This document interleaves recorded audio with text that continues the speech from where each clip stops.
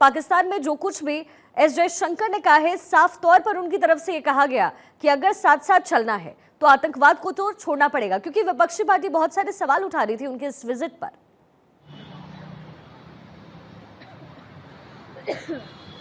किसी भी देश के लिए दूसरे देश की धरती पर जाकर उसको वार्न करके आना,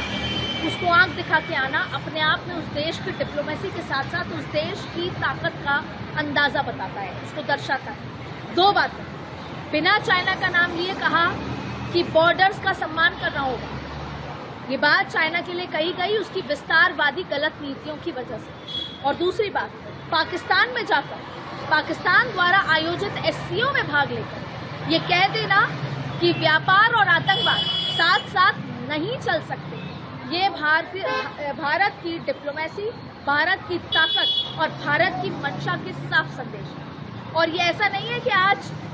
ये बात पहली बार कही गई जी। किसी बात को बार बार दोहराया जाता है, वो भी इंटरनेशनल मंच पर, तो ये बता दिया जाता है कि भारत किस पॉलिसी के तहत आगे बढ़ रहा है। हाल ही में जब प्रधानमंत्री नरेंद्र मोदी लाहौस गए थे तब भी ये बात कही गई जी कि हमें जो बॉर्डर्स हैं उनके अखंडता का, संप्रभुता का सम्मान करना होगा। यही बात एस जयशंकर ने जाकर कही कि हम एससीओ जो आज ये शंघाई कोऑपरेशन साथ आया है उसमें हम बॉर्डर्स की सुरक्षा,